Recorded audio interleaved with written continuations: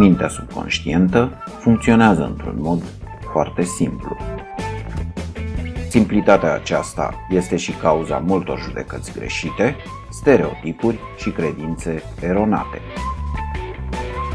Astfel, subconștientul formează opinii fără ca măcar să prindem de veste, revărsându-se apoi asupra gândirii noastre conștiente și determinându-ne să reacționăm conform lor. Mai simplu spus, mintea subconștientă ne determină să facem greșeli uneori dacă nu înțelegem corect mesajele sale.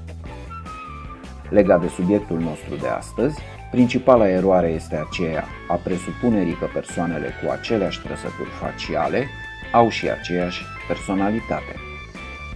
Evident că în această situație, dragostea la prima vedere pare o mare păcăleală.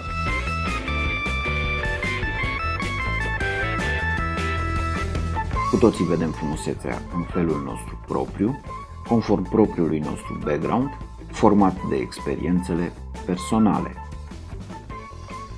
De aceea, evaluarea unei persoane necunoscute oferă concluzii diferite într-un grup referențial. Poți acorda un calificativ superior acelei persoane doar pentru că o asociezi cu o persoană iubită din trecut, un membru al familiei sau o rudă care îți place mult, ori un prieten cu care te înțelegi foarte bine. Subconștientul tău face aceste legături extrem de rapid și de cele mai multe ori, fără ca măcar să bănuiești.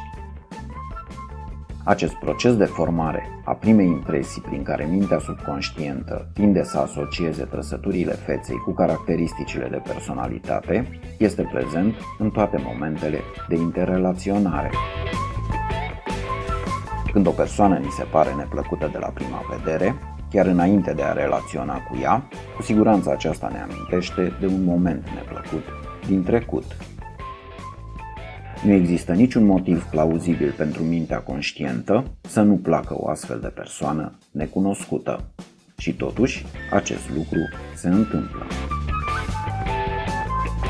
Asta arată poate cel mai bine cât de lipsit de logică este subconștientul.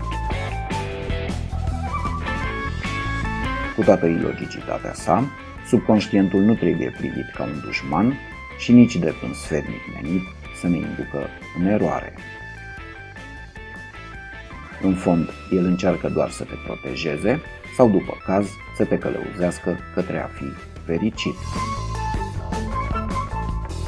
Când trăim sentimentul de îndrăgostire la prima vedere, mintea noastră subconștientă consideră că aceste asemănări cu persoanele pe care le-am iubit sau cu cele care au avut un impact pozitiv asupra vieții noastre au cele mai mari șanse să repete experiențele bune din trecut.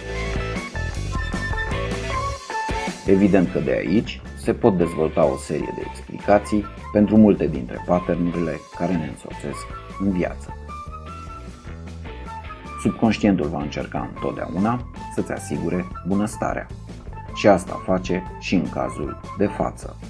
Încearcă să te determine să fii atras de o persoană nouă, asemănătoare celor care ți-au oferit emoții pozitive, în speranța repetării acestora.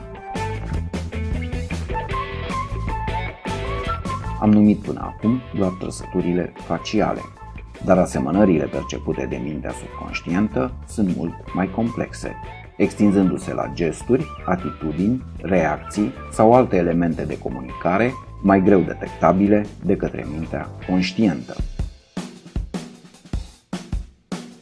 Îndrăgostitul la prima vedere nu are nimic de a face cu frumusețea sau cu ceea ce numim a arăta bine. Dacă n-ar fi așa, ne-am îndrăgostit de câteva zeci de ori pe zi sau am face coadă la persoanele care întrunesc criteriile de frumusețe recunoscute de societate.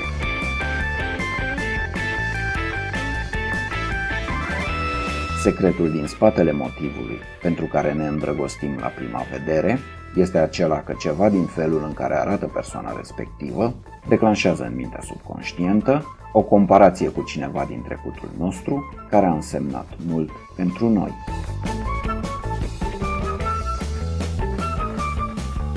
felul în care suntem atrași de persoana de care ne-am îndrăgostit la prima vedere ne determină să credem că există ceva magic la mijloc, că este o intervenție a destinului sau că am întâlnit în sfârșit sufletul pereche. Evident, despărțirile în aceste cazuri produc dezamăgiri imense și sentimentul unei pierderi la fel de magice.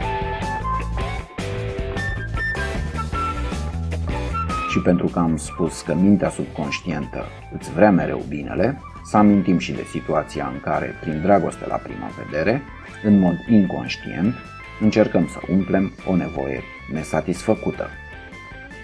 Spre exemplu, nevoia de afecțiune, nevoia de îngrijire, de atenție sau oricare altă nevoie nesatisfăcută poate îmboldi subconștientul să apeleze la astfel de tertipuri amoroase pentru a restabili echilibrul emoțional. Nu sună deloc romantic, dar asta face mintea subconștientă. Nu este cea mai idilică imagine a dragostei și nu are nici pretenția deslușirii alambicatelor procese ale iubirii. Luați-l doar drept un exercițiu de meditație atunci când credeți că v-ați îndrăgostit la prima vedere.